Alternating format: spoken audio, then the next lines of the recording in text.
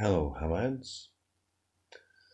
Well, it's been an eventful day.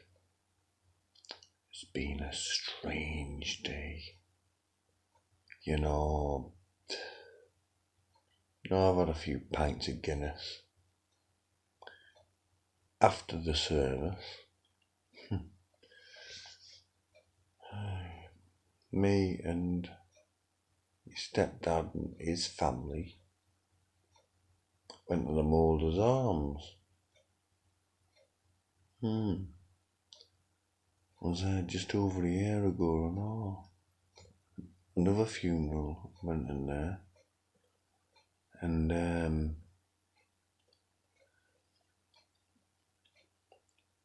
sounds mad this, but closer to my stepdad's family than my own. I was at the funeral and tried to shake Uncle Billy's hand. He just half-heartedly grabbed my hand and didn't even look at me. As if he's blaming me for not letting him know everything. It's not my fucking fault. Auntie Shirley had her back to me. Auntie Pat. So there's Uncle Billy, Auntie Pat, Auntie Shirley. The only one out of them lot was Auntie Shirley's son who spoke to me, David. Haven't seen him since he was a fucking kid. I used to babysit him, for God's sake. Now he's bigger than me.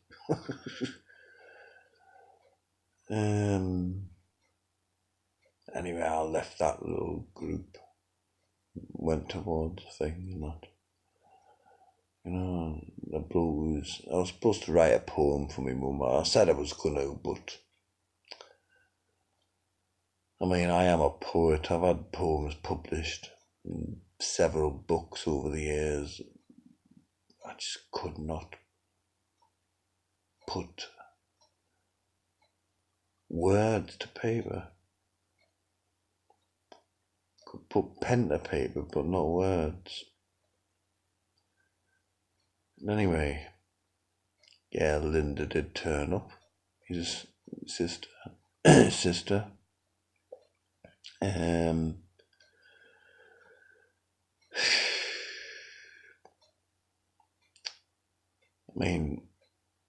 Me and Angie sat next to me, John and his son.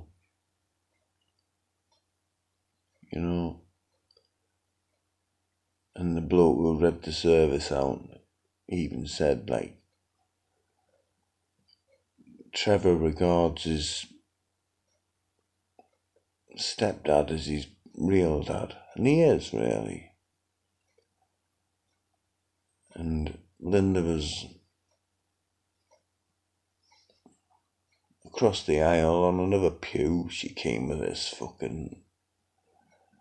some friend of hers. I've never even seen her before. And crocodile tears in there. The only person in there who was crying loudly. I didn't even have to look round. I know it was there. And that just confirmed what I thought all along anyway. What a selfish fucking bitch. Too little, too late. She never went to see her in the home. I did. I used to finish night shift. Sometimes I walked up there. My mum wasn't all the same anymore. I tried to reason with her about things. It was just, couldn't do it. Because, she had cancer in the brain by then. It started off with lung cancer, And that, they almost eradicated it. The tumours out of her lungs. Everyone was optimistic. All these newfangled treatments and things like that, and we're all like hopeful. And yeah, it was working. The tumours in the lungs had almost fucking disintegrated. But cancer, being what it is an aggressive twat of a disease, eradicated from one part of your body, and they're all going, these cancer cells, ganging up. Ooh, what we're going to do now, lads? We can't live here any longer. Ooh, let's look for another better part of the body. My mum's case, they found the brain.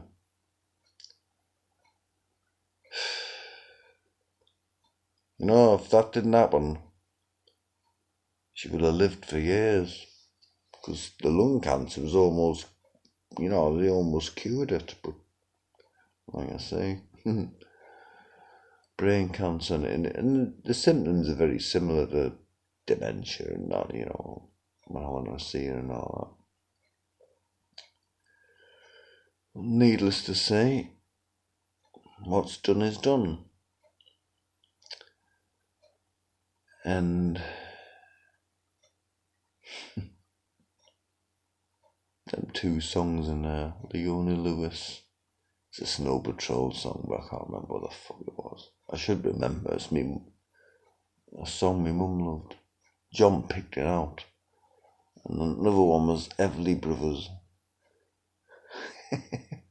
Wake up, little Susie. Yeah, my mum always loved the Everly Brothers. One thing in there, he never mentioned my sister's name. Mentioned me a lot, Trevor. He just said sister, he never mentioned her name, he never said Linda, I wonder why. See, I had to write all this stuff down and send it to him. I thought I'll either do a poem or that, or both. Couldn't do both. My fucking head was, one part of it was over there in a basket. Another part was on the bottom of me boot. Another part of it was on the telly. Another part of it was dog's diarrhea on the fucking field, blades of grass sticking through it. But anyway, getting through that. Trevor, I never mentioned Linda. I had to send all this fucking shit to him. Not shit, but didn't read a lot of it out. Maybe he wrote what I put, because I am a brutally honest person. And all this stuff, maybe he thought, I'll not write all that down, because my mum's a stickler for acting right when she's fucking wrong. Oh, aye, all the time. I had a big argument with her once, about yeah, she said something. It was,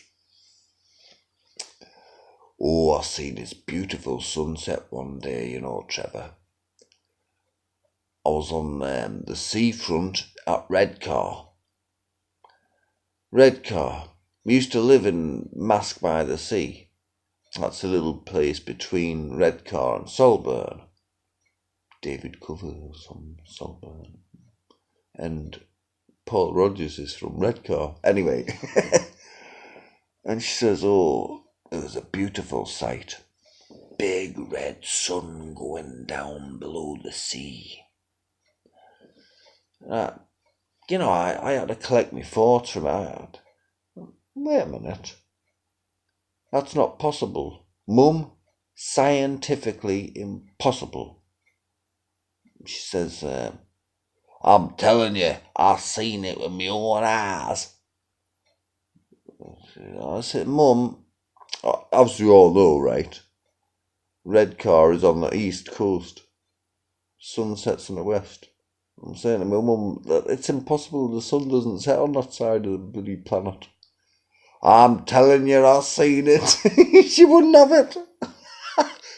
Science suddenly changed that day to suit me mum's agenda. She was right. And another time about the wild geese. Oh, God. Arguments about that. She says, because I went round once and says, oh, I watched the wild geese last night. You know, I just bought the video on that. I love that film.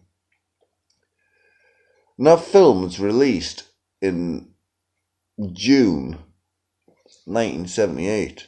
Don't ask me how I know these dates, and I just do.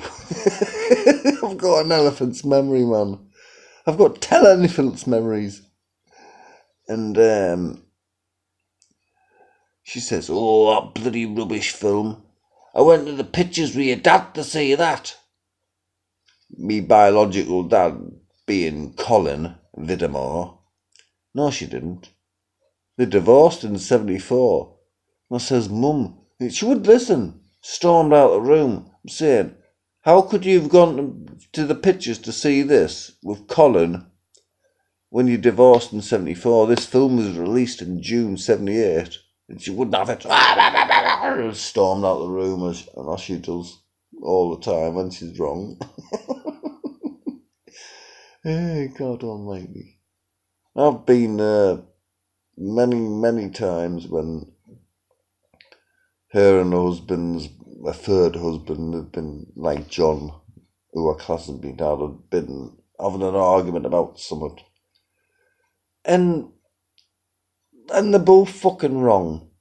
And then they start involving me. Trevor, come on, what did he say? I'm going, Mum, you know, he's wrong, she's wrong, and they're both talking a load of fucking shit. And they're trying to involve me and get me to be the mediator. Fuck that, man.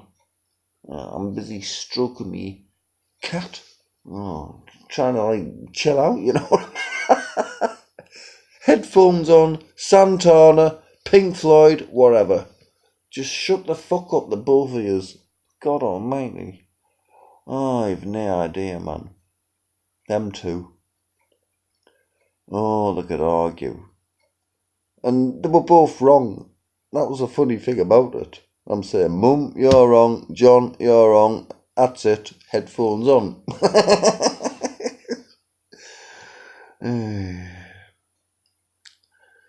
But it's taught me, today has taught me a lot. My mum's funeral. It's taught me to be strong, not gone down there and, you know, be a piece of shit. And that's what my sister will be doing. She'll be in the fucking pub. Well, she always is in the fucking same pub morning, noon and night. Me mum's dying, but I'm iller than she is. Now it'll be, oh, me mum's dead, I'll be nearly dead. That's what she's like. That's how selfish my fucking sister is. I don't want nothing to do with her anymore, you know. And it sounds horrible, but can't be doing with it anymore, man. I'm going for me now. Yeah, I learnt a lot of things today. Blood isn't thicker than fucking water, for one thing, because it's not. That's an old wives' tale. That's a myth. It doesn't fucking work like that. Family? What family? Fuck me. If they want to be like that, let them. Linda wasn't even speaking to them either, Billy or Patton. Well, she'd come with a friend.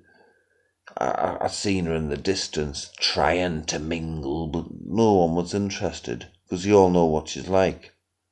See, her reputation got there before she did.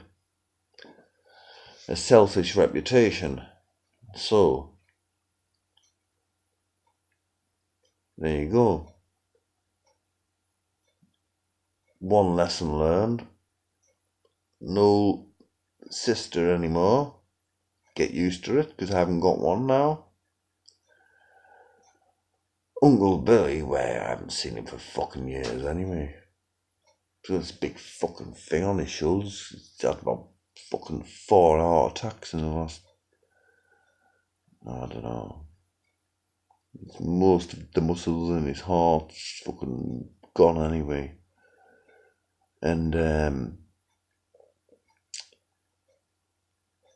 you know, I don't trust. I don't trust many people anymore. I can't. You know, especially women. You know, I'm sick of them.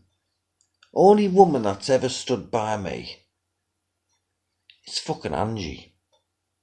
Oh yeah. She only been my friend for fucking nearly 17 years, and I'm gonna drop her now because my ex so doesn't like her. She gets triggered by her. Fuck you.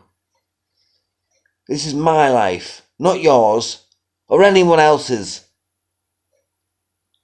I go for me now.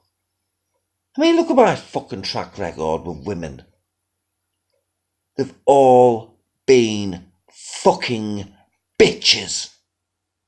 Every fucking one of them, apart from about one. Jan was alright, but she was very family orientated and wondered why I wasn't the same. Well, I'll put that together in a fucking nutshell, shall I? I've got an alcoholic for a fucking sister. I've got a dad who I think he died last year and he was a fucking twat. He never bothered with his fucking kids. And I've got a fucking... I'm not even going to go on anymore. Yeah, family orientated. Blood is not thicker than water. Let that sink in, because that's true. You know, very true.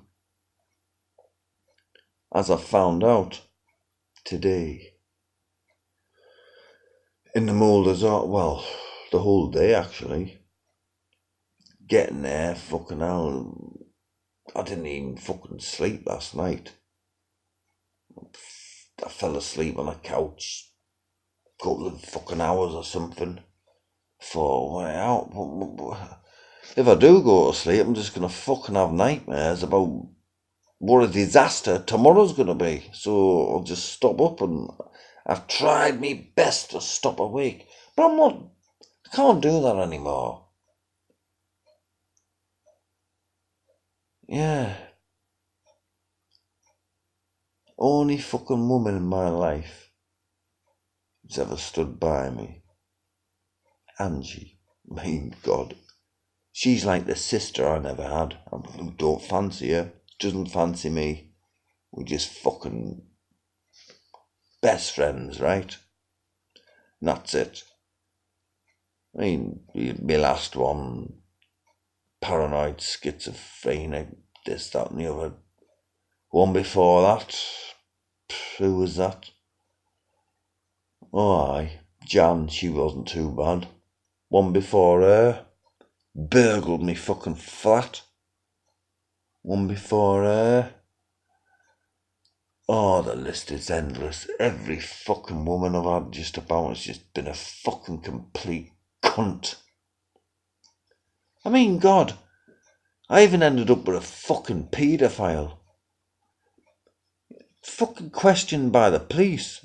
Oh, did you know such and such? I'm not mentioning a name.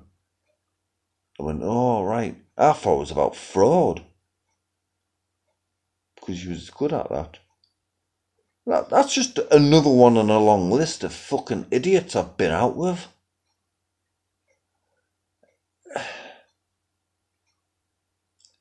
burglars, paedophiles. Oh, then there was Flat Arse. Angie coined that name. She coined that nickname because she had an arse. It was just flat. Now it's stuck out. Her jeans just slid down her fucking legs. Near arse. And Helen. That was her name. Helen Fatkin.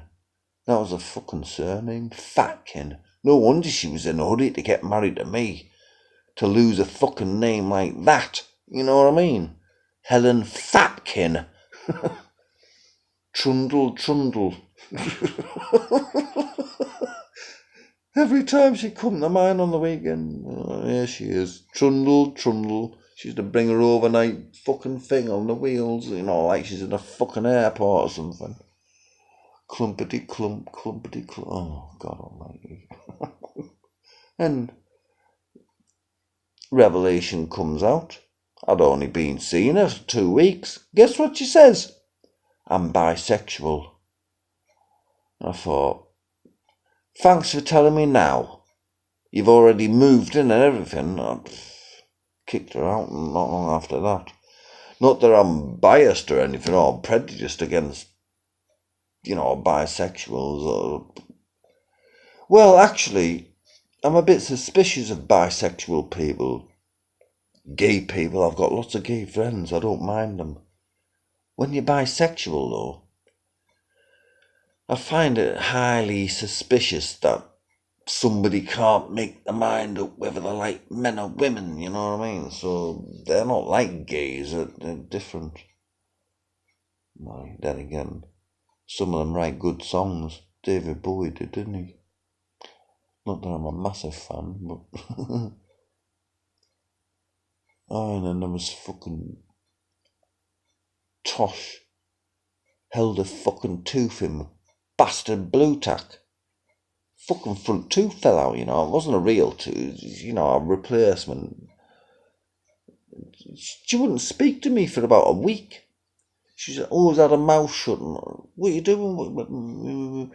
Because she was terrified of telling me that her fucking tooth had dropped out. We went out on the fucking street looking for it, out there for fucking 3 hours with a torch, looking for this false fucking tooth. I'm saying to her, you can't walk around with me looking like that. Fucking front tooth missing. Oh, she had no concept of personal hygiene. Oh, God almighty, that time when she was her time of the month. Didn't have any fucking sanitary towels on, nothing. Well, she didn't use tampons, she used sanitary towels. Nothing available. And we had a cat at the time, right? It was in his cat basket. Old blankets on it, for it'll be comfortable and stuff. She tore a bit of the cat's blanket to use that because she didn't have any sanitary towels. And this is absolutely fucking gospel. That's what she was like. I used to beg her to clean her teeth. When we went to bed, I used to say, are you not cleaning your teeth? Oh, I'll do it tomorrow. No, do it now. Fucking gans weeks without cleaning the fucking teeth in that, man. Jesus wept. You run out of toilet paper, right? Fucking near bog roll. What does she do? Oh, bring up the Daily Mirror. I'm saying, I'll go on the shop and buy some. No, you didn't need that to waste the money. You just use newspaper. Oh, fuck's sake, man. That's 70s working class, isn't it? Near bog rule. Oh, let's fucking wipe our arse and Marjorie Proops. Anyway, it was a strange day.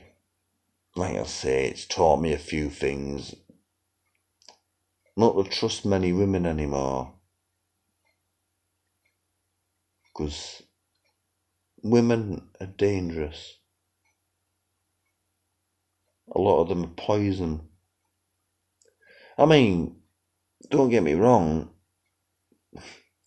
I'm not sugarcoating my mum here, because she was a fucking bitch sometimes when she was alive. I'm being honest. I mean, she shipped me off to a boarding school for naughty boys, which was almost like a borstal. Well, it was worse than a borstal, because at least in borstal you've got human rights. They don't make you miss meals as punishment. That's what they used to do when I was shipped off to, in fucking South Yorkshire. Bet you didn't know that, did you? Yeah, well, I was. So, my mum wasn't a perfect mother, but I will miss her all the same. You know, who's perfect? No one's perfect. I'm not fucking perfect. I'm a piece of shit most of the fucking time. Yeah, I put up with a lot of shit and all, but eventually you become, I don't know, you harden up to it. You like, you develop this hard shell over yourself, piece by piece, and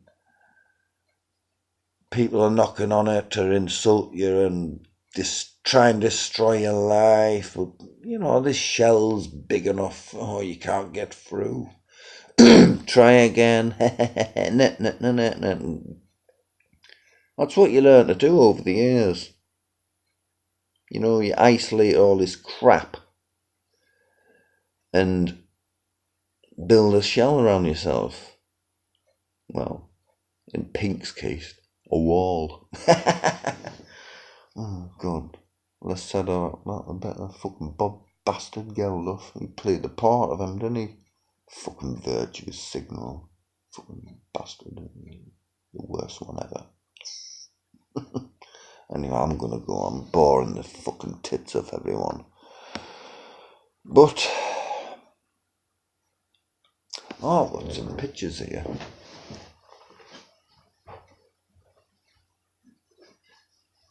John gave me these. I says, oh, there's loads of old photos in that carrier bag in the ottoman in the bedroom. He's brought these free framed ones here, you know. That's Linda. That's about 1972, that. She held on to that bloom forever. And eventually she let go. I'll never forget that day. She let the bloom go and it went open, and she was crying, oh, Boone, Boone, Boone. We're saying, oh, it's gone now. We'll get you another one. I want that Boone. And, oh, there's one. That's me nana at the front. And me mum behind her. It's when me mum used to wear skirts a lot. I think that's about 1980, 81 maybe. And there's a really silly one.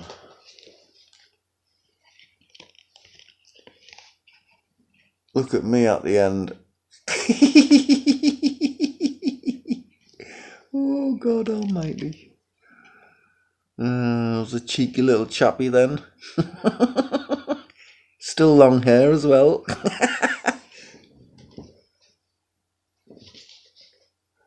Yeah, I've got to get them bag of photos off John. Anyway,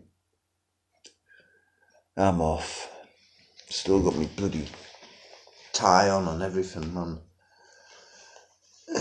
God almighty. See ya. I'm going to try and get some sleep.